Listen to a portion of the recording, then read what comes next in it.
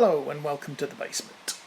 My name is Neil and I have started building a model railway. Actually, it's been a long time coming. So 2020 we moved into this house. It has, as you can see, a large basement, and the plan was to build a model railway down here. Now unfortunately I can't build it round the outside. It's a walkout basement, so people need to be able to come in and out. We've also got water treatment, furnaces and hot water tanks down here, which just get in the way of going around the walls. So I decided I would build an island model. So we are working with just over 24-foot length and a little over 8 feet in width, which gives me a very nice shallow radius at each end. It's sort of built a little bit like a dog bone, so the tracks are closer in the middle than they are at the ends to make as much room for that loop back. And currently I have 2 locomotives running. That's the only 2 I've got working at the moment. I do have theoretically 3 trains. We have 20 coal wagons with a brake van and a rake of Dapol top lights and a rake of Hornby Collet Suburbans available for use. So what else has been going on? So this year, as I said, it's taken a long time to get to this point. We are probably 4 years it took me to buy the lumber, to assemble the benches and everything else. In the beginning of this year I decided, I wasn't making a lot of progress. So at that point I kind of made the New Year's resolution that I would try and spend at least 1 hour a night after work doing stuff down here on the railway.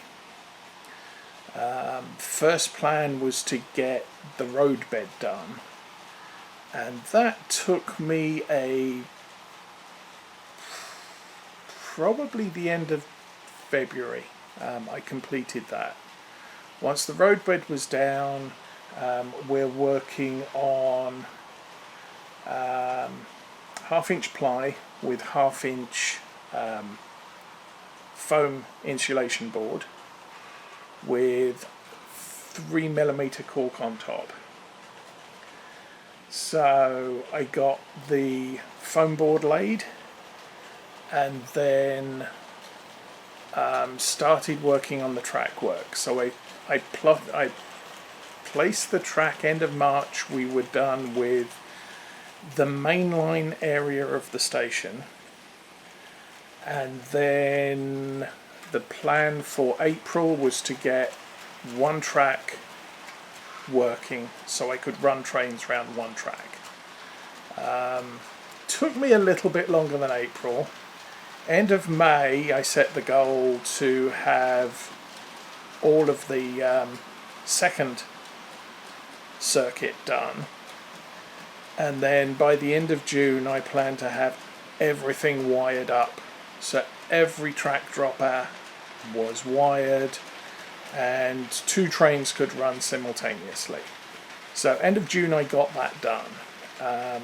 August we bought a laser cutter at the end of June, so I've been teaching myself how to do that. So while I've not been doing any work down here, I have been progressing towards certain goals.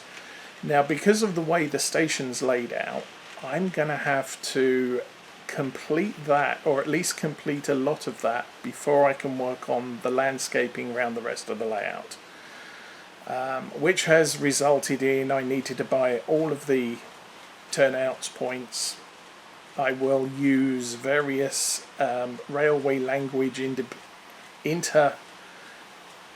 independently I live in America. I am British. So I have, I will use British words, I will use American words.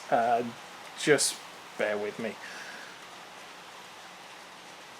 But I now have all the turnouts I need for the station area. Actually, I've got all the turnouts I need for the entire layout purchased.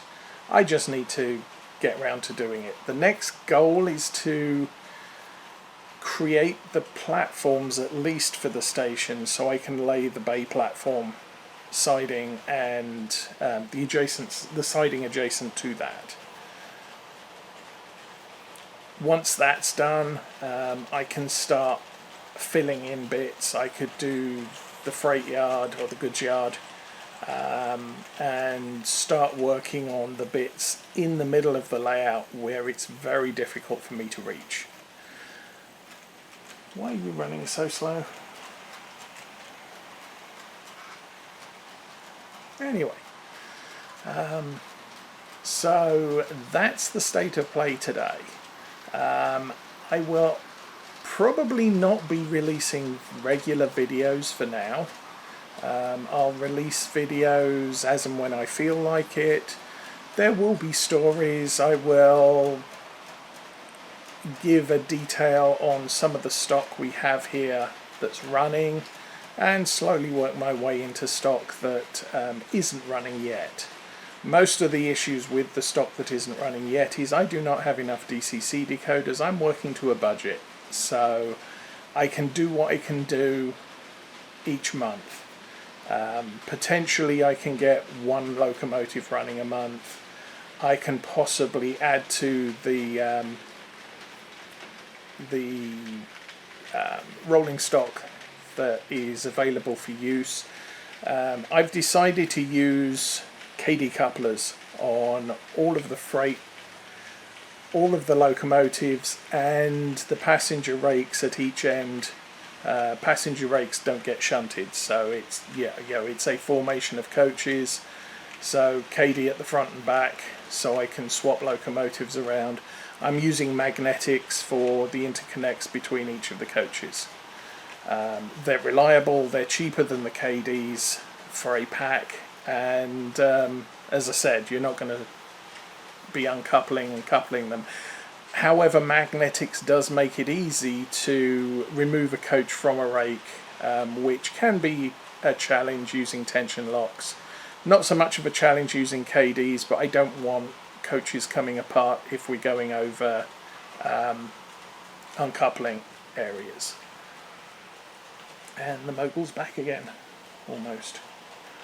So anyway, that's the initial information for this video. As I said, I will have more detail on future plans, what the layout's going to look like. The layout is basically where is it? Cheshire sort of area. It's supposedly the line between South Wales and Liverpool, Birmingham. So heading along the western border of England, between England and Wales. The station itself is based on the track plan of Welshpool, although Welshpool is not on that line. It's on the Mid Wales line out to Aberystwyth. But it gave me an interesting formation. There are limits into what you can do with trains coming in and out of the station, so there is a challenge to operation to pick up freight, drop off freight, that type of thing. So I'm hoping it will be something that I can have fun with, and when I don't feel like playing trains, I can sit and watch trains go by, which is effectively what we're doing at the moment. So yeah, I'll leave that here, and we'll finish off with the trains running around, and I will catch you on the next one.